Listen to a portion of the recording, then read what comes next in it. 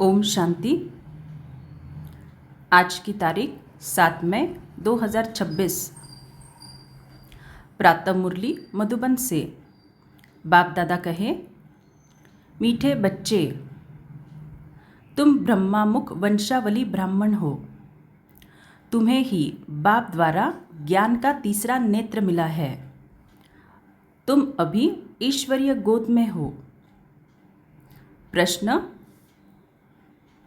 अद्वैत राज्य जहाँ दूसरा कोई धर्म नहीं, उस राज्य की स्थापना का आधार क्या है?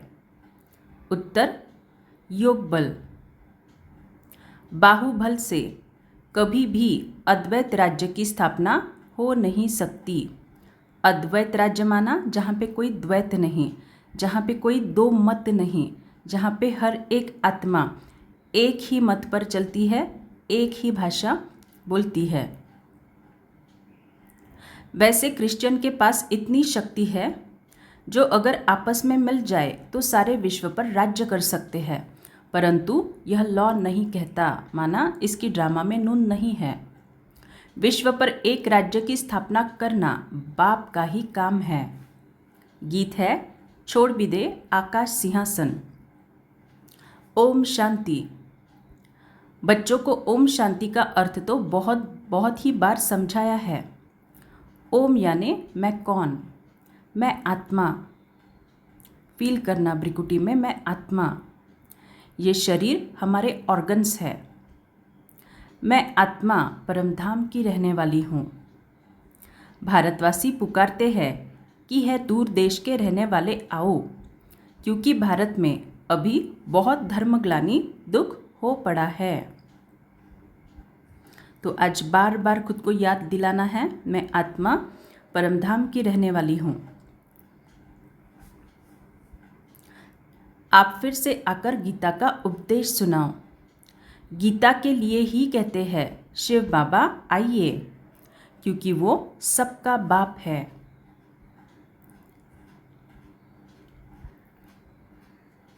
कहते हैं भारतवासियों पर फिर से परछाया पड़ा है माया रूपी रावण का, इसीलिए सब दुखी पतित है।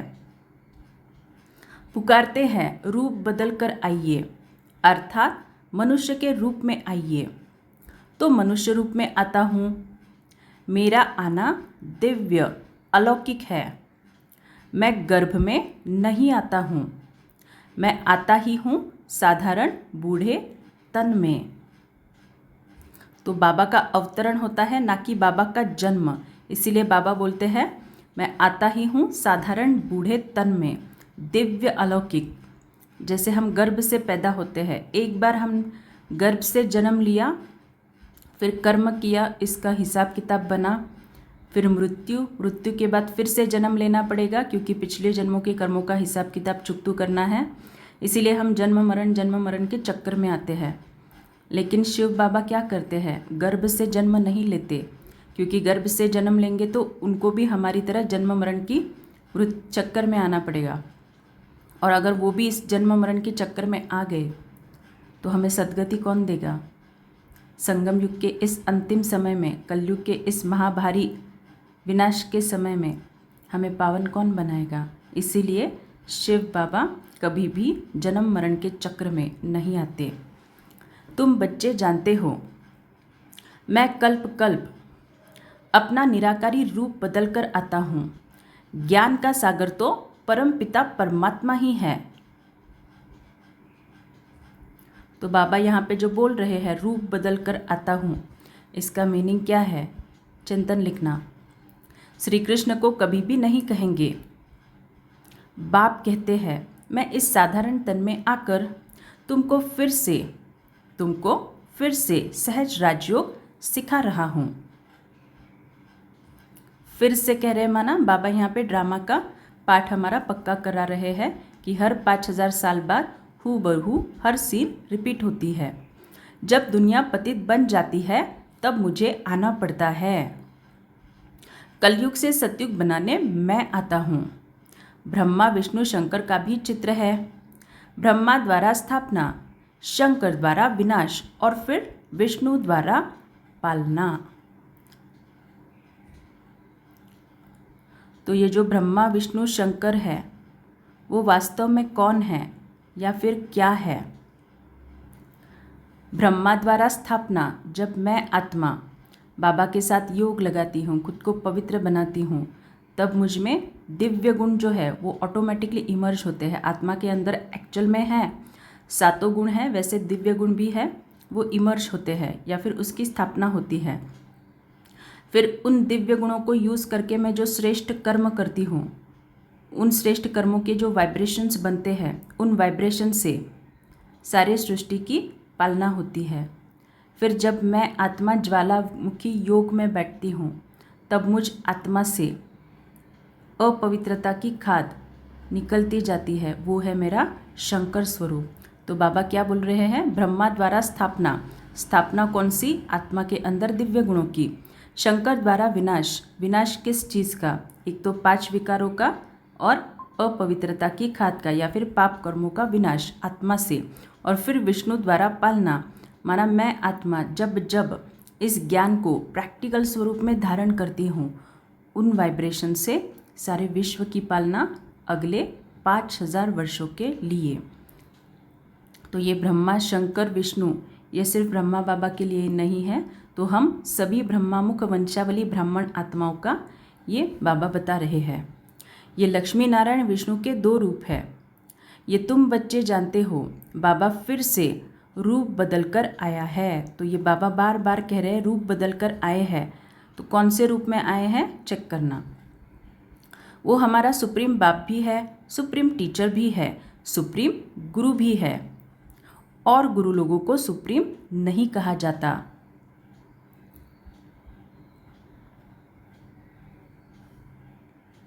ये तो बाप टीचर गुरु तीनों हैं। लौकिक बाप तो बच्चे की पालना कर फिर उनको स्कूल में भेज देते हैं। कोई विरला होगा जो बाप टीचर भी होगा। ये कोई कह न सके। सब आत्माएं मुझे पुकारती है, गॉड फादर कहती है, तो वो आत्मा का फादर हो गया। ये गीत भी भक्ति मार्ग का है। सतयुग में तो माया होती ही नहीं, जो पुकारना पड़े वहाँ तो सुख ही सुख है। तुम जानते हो 5000 वर्ष का चक्र है। आधा कल्प सतयुग त्रेता दिन, आधा कल्प द्वापर कलयुग रात। तो ऐसे जब महावाक्य आते हैं, तो अभी ये जब बाबा बता रहे हैं सतयुग त्रेता द्वापर कलयुग, तो कौन से चित्र के बारे में बाबा वर्णन कर रहे हैं? सृष्टि चक्र का जो चित्र है उसके बारे में। तो तुरंत आपकी बुद्धि में वो चित्र आना चाहिए। बाबा जो जो बोलते हैं, आप अगर ध्यान से मुरली को पढ़ेंगे ना, तो सारा पूरा मुरली जो है ना कोई ना कोई चित्र को दर्शाता है। तो उस विधि से आप अगर मुरली सुनेंगे तो पूरे दिन भर के लिए आपको मुरली याद रहेगी। फिर बीच बीच में ऐसे विजुअलाइज करना, परमधाम से अनेक किरणें मुझ आत्मा पर बरस रही है। फिर बीच बीच में ऐसे देखना, बाबा जब बोलते हैं बाप बैठ बच्चों को समझाते हैं, तब देखना मैं आत्मा हिस्ट्री हॉल में बैठी हूँ और बाबा मुझे ये मुरली पढ़ा रहे हैं। तुम ब्रह्मामुख वंशावली ब्राह्मण हो। ब्रह्मा का अथवा तुम ब्राह्मणों का ही रात दिन गाया जाता है। दिन और रात का ज्ञान भी तुम बच्चों को है। लक्ष्मी नारायण को यह ज्ञान नहीं। क्यों नहीं है? क्योंकि महाविनाश के बाद ये सब ज्ञान प्रायलोप हो जाता है। अभी तुम संगम पर हो, जानते हो अभी भक्ति मार्ग पूरा हो, दिन उदय होता है। यह ज्ञान अभी तुमको बाप द्वारा मिला है। कलयुग में व सतयुग में ये ज्ञान किसको भी होता नहीं। तो हमें ये ज्ञान कहाँ मिल रहा है? संगम युग पर। इसीलिए गाया जाता है ब्रह्मा का दिन ब्रह्मा की रात। तुम अभी सूर्यवंशी चंद्रवंशी राज्य पाने का पुरुषार्थ कर रहे हो। तो चेक करना, मैं आत्मा सूर्यवंशी बन रही हूँ या चंद्रवंशी। फिर आधा कल्प के बाद तुम राज्य गवाते हो। यह ज्ञान तुम ब्राह्मणों के सिवाय कोई को नहीं है। तुम देवताएं बन जाएंगे, फिर ये ज्ञान रहेगा नहीं।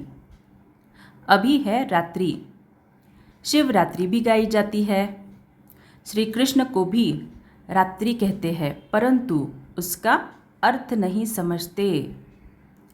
शिव की जयंती अर्थात शिव का री-इनकार्नेशन होता है। ऐसे बाप का दिवस कम से कम 1 मास मनाना चाहिए। तो हम जब भी शिवरात्रि आते हैं, सभी को अनुभव है, हम 1 मास पहले से ही भट्टी में बैठ जाते हैं। जो सारी सृष्टि को पतित से पावन बनाते हैं, उनका हॉलिडे भी नहीं मनाते हैं। बाप कहते हैं मैं सबका लिबरेटर हूँ, गाइड बन सबको ले जाता हूँ। लिबरेटर माना मुक्ति दिलाने वाला, गाइड बन सबको ले जाता हूँ। गाइड माना हमें गाइडेंस करने वाले, राह दिखाने वाले। अभी तुम पुरुषार्थ करते हो राजयोग सीखने का। बाप तुमको ज्ञान का तीसरा नेत्र दे रहे हैं। आत्मा का रूप क्या है ये भी किसको पता नहीं है। बाप कहते हैं तुम आत्मा न अंगुष्ठे मिसल हो, न अखंड ज्योति मिसल हो, तुम तो स्टार हो, बिंदी मिसल।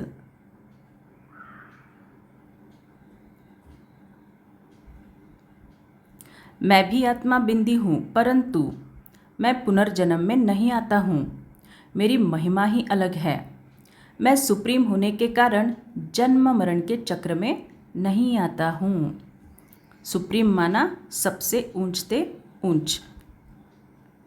तुम आत्माएं शरीर में आती हो तो 84 जन्म लेती हो। मैं इस शरीर में प्रवेश करता हूँ। गर्भ में बाबा प्रवेश नहीं करते, शरीर में प्रवेश करते हैं। गर्भ में प्रवेश करेंगे तो फिर जन्म लेना पड़ेगा। शरीर में प्रवेश करेंगे तो सिर्फ उस शरीर को यूज़ करके बाबा हमें ज्ञान सिखा के, राजयोग सिखा के फिर वापस परम धाम। फिर दूसरे दिन आएंगे, ज्ञान सिखाएंगे, योग सिखाएंगे, फिर वापस परम धाम। तो दोनों में डिफरेंस। मैं इस शरीर में प्रवेश करता हूँ, ये लोन लिया हुआ है। बाप समझाते हैं फील करना। हिस्ट्री हॉल में मैं आत्मा बाबा के सम्मुख बैठी हूँ। बाप समझाते हैं तुम भी आत्मा हो, परंतु तुम अपने को रियलाइज नहीं करते हो कि हम आत्मा हैं। आत्मा ही बाप को याद करती है। दुख में हमेशा याद करते हैं, हे भगवान, हे रहमदिल बाबा रहम करो। रहम मांगते हो क्योंकि वो बाप ही नॉलेजफुल, ब्लिसफुल, प्यूरिटीफुल है। तो इसका ही मीनिंग क्या, हम चाहे कितनी भी गलतियां कर ले, फिर भी बाबा हमें कभी जज नहीं करते। हमेशा प्यूरिटी की शक्ति हम पे बरसाते ही रहते हैं। ज्ञान में भी फुल है, ज्ञान का सागर है। मनुष्यों को ये महिमा दे नहीं सकते। सारी दुनिया पर ब्लेस करना यह बाप का ही काम है। वह है रचयिता, बाकी सब है रचना। तो बाबा की जहाँ भी पूरी मुरली में महिमा आती है उसको लिखना ही लिखना है, क्योंकि आप जब लिखेंगे ना तब और तभी आपके भक्तों में वो बीज पड़ेगा। फिर प्रत्यक्षता के समय बाबा आपके द्वारा ही फिर उन्हों को प्रत्यक्षता कराएंगे। तो प्रत्यक्षता ऐसे ही नहीं होने वाली है, उसके लिए आपको ऑल राउंड मेहनत करनी पड़ेगी। ऑल राउंड मेहनत माना क्या, सभी तरह से। ऐसे नहीं कि मैंने सिर्फ योग किया, धन की सेवा की, तन की सेवा की, नहीं। मुरली का भी पुरुषार्थ करना है। सिर्फ मुरली सुनना ये मुरली का पुरुषार्थ नहीं है। अगर आपको मुरली का चिंतन करना है ना, बिना मुरली के पॉइंट्स लिखे आप चिंतन कर ही नहीं सकते। क्योंकि जब आप मुरली के पॉइंट्स को लिखते हो तो उससे जो वाइब्रेशन आत्मा से निकलते हैं, उससे सबसे पहले आपका ब्रेन क्लीन होता है। ब्रेन में आपके जो व्यर्थ के वाइब्रेशंस है ना, वो क्लीन करने का काम मुरली के पॉइंट्स करती है। सिर्फ सुनना नहीं, लिखना, लिखने का ही महत्व है। इसीलिए हम स्वमान सुनते नहीं हैं, लिखते हैं। तो जितना जितना आप मुरली के पॉइंट्स को लिखेंगे उतना आपका ब्रेन स्वच्छ होता जाएगा, और वो स्वच्छ ब्रेन ही फिर चिंतन करने के लायक बनता है। तो प्रोसेस है, ऐसे डायरेक्टली हम किसी एकदम हायर स्टेज पे नहीं जा सकते। स्टेप बाय स्टेप हम आगे बढ़ते हैं। पहले स्त्री को अडॉप्ट करते हैं, फिर उनके द्वारा रचना रचते हैं, फिर उनकी पालना भी करते हैं, विनाश नहीं करते। ये बेहद का बाप आकर स्थापना, पालना, विनाश कराते हैं। स्थापना, पालना, विनाश। तो किस चीज़ की स्थापना? दिव्य गुणों की स्थापना मुझ आत्मा के अंदर। पालना, जब मैं आत्मा इस ज्ञान को प्रैक्टिकल स्वरूप में धारण करती हूँ, उससे जो वाइब्रेशंस बनते हैं उससे सारी दुनिया को गति सद्गति का बल मिलता है। विनाश, मुझ आत्मा के अंदर जो पांचों विकार है, आत्मा में पाप कर्मों की जो कड़ी से कड़ी खाद है, उसे योग बल द्वारा विनाश। तो यह बेहद का बाप आकर स्थापना, पालना, विनाश कराते हैं। आदि सनातन देवी देवता धर्म की पालना कराते हैं। सतयुग आदि में फट से राजधानी स्थापन हो जाती है और धर्म वाले तो सिर्फ अपना अपना धर्म स्थापन करते हैं। फिर जब लाखों करोड़ों की अंदाज में वृद्धि हो जाती है, तब राजाई होती है।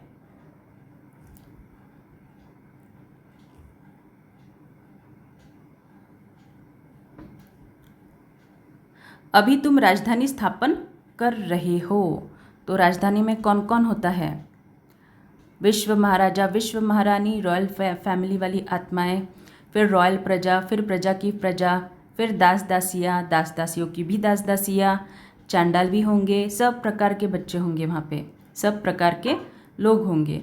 तो चेक करना, ये जो राजधानी स्थापन हो रही है वहाँ पे मैं कौन से पद का पुरुषार्थ कर रही हूँ।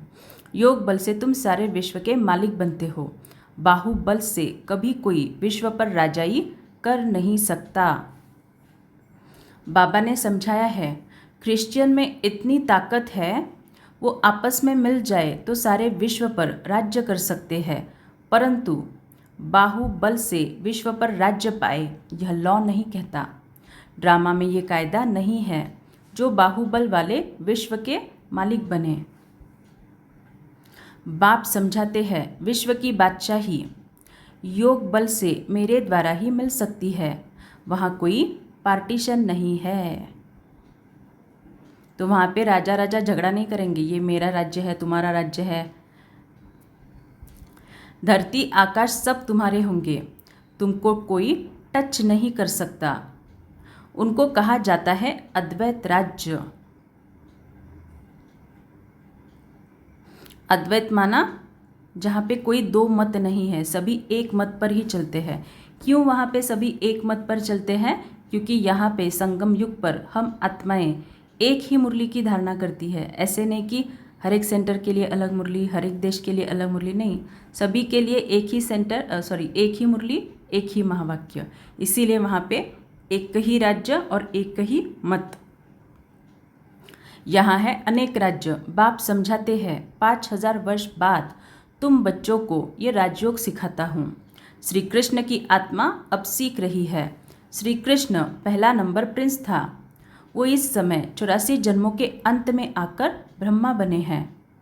ये बच्चों को समझाया है सृष्टि का चक्र कैसे फिरता है। बाप फिर से स्वर्ग की स्थापना कर रहे हैं। अनेक धर्म विनाश होने हैं जरूर जरूर, एक धर्म की स्थापना हो जाएगी। भारत ही 100% सॉल्वेंट धर्म श्रेष्ठ था। देवताओं के कर्म भी श्रेष्ठ थे। तो साधारण नहीं बोल रहे बाबा, श्रेष्ठ बोल रहे हैं। क्यों श्रेष्ठ है? क्योंकि यहाँ पे संगम पे उन कर्मों के लिए हमने बीज बोया है, उन्हों की ही महिमा गाई हुई है। सर्वगुण संपन्न, पहले पहले पवित्र थे, तो सर्वगुण संपन्न हम सतयुग में जाके नहीं बनेंगे, यहीं पे उसका पुरुषार्थ करना है, ज्ञान की प्रैक्टिकल धारणा करके।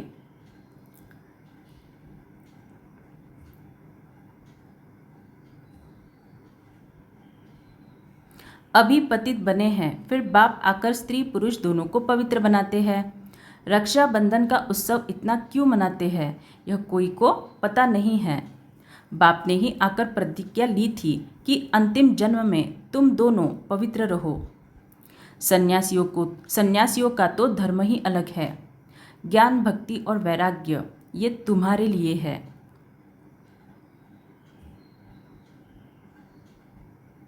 तुमने देखा होगा पादरी लोग चलते हैं तो आंखें एक तरफ रहती है और किसी की तरफ देखते नहीं।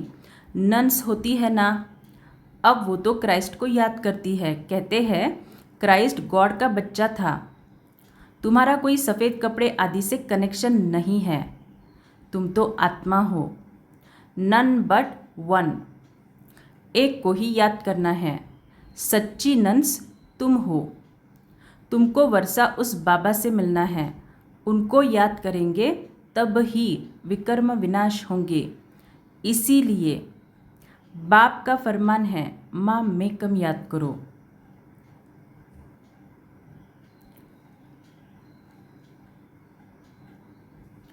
आत्मा का निश्चय न होने के कारण नन्स फिर क्राइस्ट को याद करती है। तो क्रिश्चियन लोगों में होता है ना, वो वाइट कलर के ड्रेस डाल के, जैसे मुसलमानों में बुर्का होता है वैसे ये लोग पहनते हैं। आपने अगर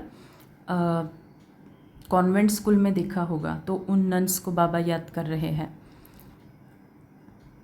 भारतवासी जो पहले पहले आते हैं वो नहीं जानते हैं लक्ष्मी नारायण को ये सृष्टि का ज्ञान थोड़े ही है, ना वह त्रिकालदर्शी है।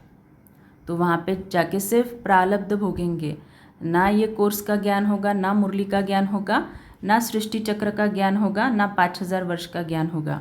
बस वहाँ पे जाके एंजॉय करना है। त्रिकालदर्शी तुम ब्राह्मण बनते हो। तुमको कौड़ी से बदल हीरे जैसा बाप बनाते हैं। अब तुम ईश्वरीय गोद में हो। तुम्हारा यह अंतिम जन्म बहुत अमूल्य है। भारत की खास, दुनिया की आम तुम रूहानी सेवा करते हो। तो यहाँ पे बाबा कर्मणा सेवा नहीं बोल रहे हैं, रूहानी सेवा बोल रहे हैं। रूहानी सेवा क्यों? और बाबा बोल रहे भारत की खास, दुनिया की आम। भारत की खास माना क्या? जब अखंड भारत था तब भारत में कौन था? सिर्फ हम ब्राह्मण आत्माएं ही जो देवी देवता में कन्वर्ट हुए थे। माना इस समय के जो ब्राह्मण आत्माएं हैं वही भारत में सबसे पहले थे। तो बाबा बोल रहे भारत की खास, दुनिया की आम तुम रूहानी सेवा करते हो। तो सबसे ज़्यादा आपको हिसाब किताब कहाँ से आएंगे? जो भारत में खास थे सबसे पहले, माना कौन? हम ब्राह्मण आत्माएं ही। तो भारत की खास रूहानी सेवा करते हो, इसी का मतलब क्या? ब्राह्मण आत्मा से, वैसे तो सभी आत्माओं से आएंगे हिसाब किताब, लेकिन खास ब्राह्मण आत्मा से जब आपको हिसाब किताब आएंगे तब जब आप ज्ञान की प्रैक्टिकल धारणा कर और योग बल से उस हिसाब किताब को चुकतू करते हो, तब तुम आत्मा रूहानी सेवा करते हो। तो फिर से पढ़ते हैं, भारत की खास, दुनिया की आम तुम रूहानी सेवा करते हो। बाकी वो तो है जिस्मानी सोशल वर्कर्स, तुम हो रूहानी। तुमको सिखाने वाला सुप्रीम रूह है।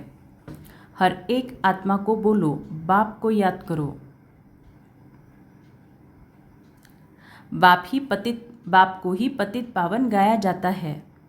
तुमको गिरने में 84 जन्म लगते हैं, फिर चढ़ने में 1 सेकेंड लगता है। तो बाबा हमेशा बोलते हैं चढ़ने में 1 सेकेंड, या फिर जीवन मुक्ति 1 सेकेंड में मिलती है। इसी का मतलब क्या? इस ज्ञान को धारण करने के लिए कितना समय लगता है? 1 सेकेंड में मैंने एक पॉइंट को प्रैक्टिकल स्वरूप में धारण किया, मुझ आत्मा ने वो सीढ़ी चढ़ी, या फिर मुझ आत्मा ने उस 1 सेकेंड में जीवन मुक्ति का जो भी मेरा प्रारब्ध है उसको बना लिया। इसीलिए बाबा बोलते 1 सेकेंड में। ये तुम्हारा इस मृत्यु लोक का अंतिम जन्म है। मृत्यु लोक मुर्दाबाद, अमर लोक जिंदाबाद होना है। इसको अमर कथा कहा जाता है। तो किसको बाबा अमर कथा कहते हैं? इस मुरली को। अमर बाबा आकर तुम अमर आत्माओं को अमर युग में चलने के लिए अमर कथा सुनाते हैं। बाप कहते हैं, अच्छा और बातें भूल जाते हो तो सिर्फ अपने को आत्मा निश्चय कर मुझ बाप को याद करो। तो जब बाबा बोलते आत्मा निश्चय करो तो निरंतर भ्रिकुटी में आत्मा को देखने की प्रैक्टिस, माना अशरीरी स्थिति की प्रैक्टिस। जितना जितना हम अशरीरी स्थिति की प्रैक्टिस करते हैं उतना आत्मा के लिए बाबा जो जो बातें कहते हैं, ये मुरली क्या है? आत्मा के लिए पढ़ाई ही तो है। इस पढ़ाई के ऑटोमेटिकली आप गहराई में चले जाते हैं, उसके लिए ज़्यादा कुछ करना नहीं पड़ता। क्योंकि जब मैं आत्मा अशरीरी का अभ्यास करती हूँ उससे शांति के वाइब्रेशन निकलते हैं, और वो शांति के वाइब्रेशन ब्रेन से अशांति के वाइब्रेशंस को डिलीट करने का काम करती है। और जब वो ब्रेन से अशांति के वाइब्रेशन निकल जाते हैं तब आत्मा, वो शांत आत्मा, दिव्य बुद्धि वाली आत्मा इस ज्ञान की गहराई में जा सकती है। बुद्धि का योग मेरे साथ लगाओ तो तुम्हारे पाप भस्म हो और तुम पुण्य आत्मा बन जाएंगे। तुम मनुष्य से देवता बनते हो, यह नई बात नहीं है। 5000 वर्ष बाद बाप आकर तुमको वर्षा देते हैं, रावण फिर श्राप देते हैं। यह है खेल, भारत की ही कहानी है। ये बातें बाप ही समझाते हैं, कोई भी वेद शास्त्र आदि में नहीं है। इसीलिए गॉड फादर को ही नॉलेजफुल, पीसफुल, ब्लिसफुल कहा जाता है।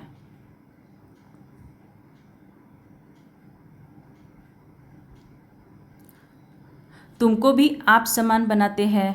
तो हम जितना जितना इस ज्ञान की धारणा करते हैं, प्रैक्टिकल स्वरूप में धारणा, वे उतना उतना हम बाबा समान बन जाते हैं। तुम भी पूज्य थे, फिर पुजारी बनते हो। आपे ही पूज्य, आपे ही पुजारी। तो आपे ही पुजारी माना क्या? हमारे मंदिरों की स्थापना सबसे पहले किसने की थी? हमने ही की थी। इसीलिए आपे ही पूज्य, आपे ही पुजारी। ये भगवान के लिए नहीं है, तुम भारतवासियों की ही बात है। तुम पहले सिर्फ एक शिव की भक्ति करते थे, अव्यभिचारी भक्ति। अव्यभिचारी भक्ति की, फिर देवताओं की भक्ति शुरू की, फिर नीचे उतरते आए। तो बाबा ने यहाँ पे क्लियर कर लिया, तुमने ही पहले शिव बाबा की भक्ति की, फिर देवी देवताओं की, माना खुद की ही भक्ति करना स्टार्ट किया। अब फिर से तुम देवी देवता बन रहे हो। जो थोड़ा पढ़ते हैं वो डैश डैश में चले जाते हैं। क्या होगा? दास दसी या प्रजा? जो थोड़ा पढ़ते हैं माना इस ज्ञान को थोड़ा सा धारण करते हैं, थोड़ा सा, ज़्यादा प्रैक्टिकल धारणा नहीं, कभी कभी थोड़ा थोड़ा धारण करते हैं। तो जो थोड़ा पढ़ते हैं वो प्रजा में चले जाएंगे। तो जो बिल्कुल ही नहीं पढ़ेंगे, जो बिल्कुल ही नहीं धारण करेंगे, जो संस्कार को परिवर्तन ही नहीं करेंगे, वो कहाँ पे चले जाएंगे? चेक करना। तो चेक करना, हम संस्कार परिवर्तन करते हैं या बिल्कुल भी नहीं करते, या थोड़ा थोड़ा परिवर्तन करने की कोशिश करते हैं। जो अच्छी रीति पढ़ते माना इस ज्ञान को प्रैक्टिकल में धारण करते और पढ़ाते हैं। पढ़ाना माना जब मैं आत्मा इस ज्ञान को प्रैक्टिकल स्वरूप में धारण करती हूँ तो वो मेरे कर्मों से सामने वाले को दिखाई देता है। कर्मों से गुणों का दान होता है, कर्मों से इस ज्ञान का दान होता है, वो है पढ़ाना। तो जो अच्छी रीति पढ़ते पढ़ाते हैं वो राजाई में आएंगे। प्रजा तो ढेर बनती है, माना ऐसी आत्माएं जो बहुत कभी कभी थोड़ा थोड़ा ज्ञान को धारण करती है, ऐसी वाली आत्माएं बहुत है। तो प्रजा तो ढेर बनती है। एक महाराजा की लाखों करोड़ों के अंदाज में प्रजा होगी। तुम पुरुषार्थ करते ही हो, कल पहले मुआफिक। पुरुषार्थ से पता पड़ जाता है। क्या पता पड़ जाता है? कि माला में कौन कौन आने वाले हैं। प्रजा में भी कोई गरीब कोई साहूकार बनते हैं। भक्ति मार्ग में ईश्वर अर्थ दान करते हैं।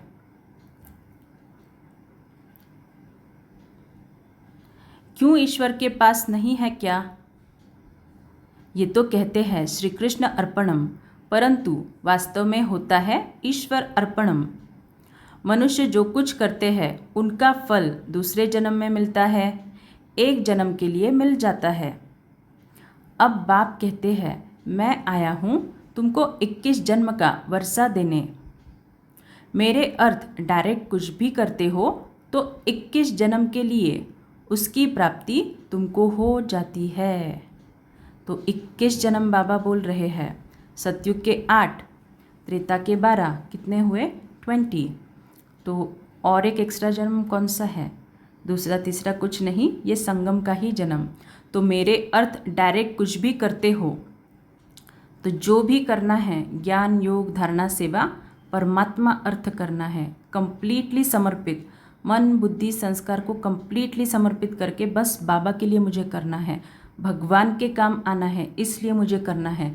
मुझे झुकना है। क्यों झुकना है? सामने वाले के लिए नहीं, बाबा ने कहा है झुकना है, इसलिए मुझे झुकना है।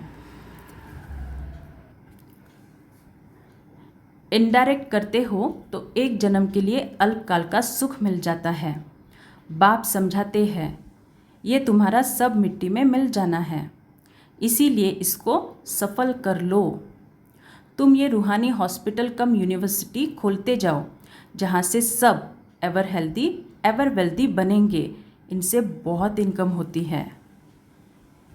तो चेक करना अपने घर को रूहानी हॉस्पिटल बनाया है क्या।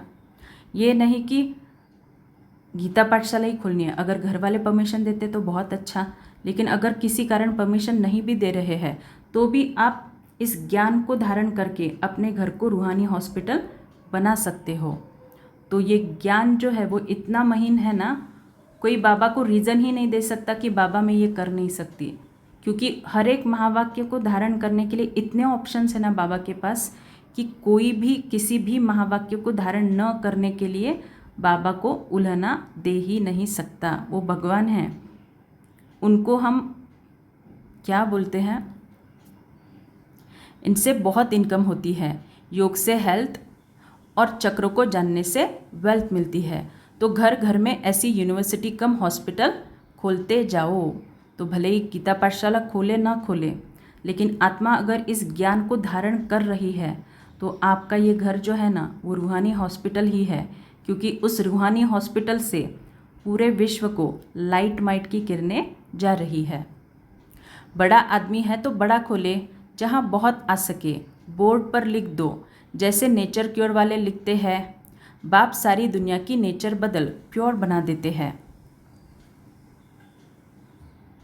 तो चेक करना हमने कितना पुरुषार्थ किया है अपने नेचर को बदलने का।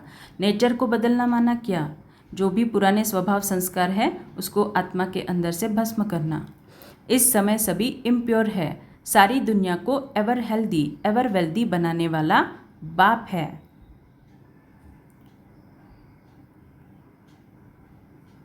जो अब तुम बच्चों को पढ़ा रहे हैं। तुम हो मोस्ट स्वीट चिल्ड्रन। अच्छा, मीठे मीठे सिकिलदे बच्चों प्रति माता पिता बाप दादा का याद प्यार और गुड मॉर्निंग। रूहानी बाप की रूहानी बच्चों को नमस्ते। हम रूहानी बच्चों की रूहानी माता पिता बाप दादा को याद प्यार गुड मॉर्निंग और नमस्ते। शुक्रिया बाबा, इस ज्ञान मुरली की शक्ति के लिए दिल से शुक्रिया। धारणा के लिए मुख्य सार, अपनी इस अमूल्य जीवन को रूहानी सेवा में लगाना है। खास भारत आम सारी दुनिया की सेवा करनी है। अपना सब कुछ सफल करने के लिए डायरेक्ट ईश्वर अर्थ अर्पण करना है। रूहानी हॉस्पिटल और यूनिवर्सिटी खोलनी है। तो जिनको भी पॉसिबल है गीता पाठशाला या सेंटर खोलने का विचार ज़रूर करें। वरदान, एकरस स्थिति द्वारा अतीन्द्रिय सुख की अनुभूति करने वाले सर्व आकर्षणों से मुक्त भव। विस्तार, जब इंद्रियों की आकर्षण और संबंधों की आकर्षण से मुक्त बनो तब अतीन्द्रिय सुख की अनुभूति कर सकेंगे। कोई भी कर्मेंद्रिय के वश होने से जो भिन्न भिन्न आकर्षण होते हैं वो अतीन्द्रिय सुख व हर्ष दिलाने वाले बंधन में डालते हैं। लेकिन जब बुद्धि सर्व आकर्षणों से मुक्त हो एक ठिकाने पर टिक जाती है, हलचल समाप्त हो जाती है, तब एक रस अवस्था बनने से अतीन्द्रिय सुख की अनुभूति होती है। तो बाबा ये परम धाम में जो हम कंबाइंड स्वरूप करते हैं उसके बारे में बाबा बता रहे हैं। तो कोई कोई बोलता है ना मुझे अतीन्द्रिय सुख की अनुभूति ही नहीं होती, तो चेक करना मन बुद्धि कहाँ पे भटक रहा है। अगर मन बुद्धि भटक रहा है दिन भर में तो अतीन्द्रिय सुख की अनुभूति होगी ही नहीं। स्लोगन, अपने बुद्धि की लाइन सदा क्लियर रखो तो एक दो के मन के भाव को जान लेंगे। तो बुद्धि की लाइन क्लियर कब रहेगी, जब बुद्धि में व्यर्थ के वाइब्रेशंस नहीं रहेंगे। तो व्यर्थ के वाइब्रेशंस कब डिलीट होंगे, जब हम पावरफुल अशरीरी स्थिति का अभ्यास करेंगे। अच्छा, ओम शांति।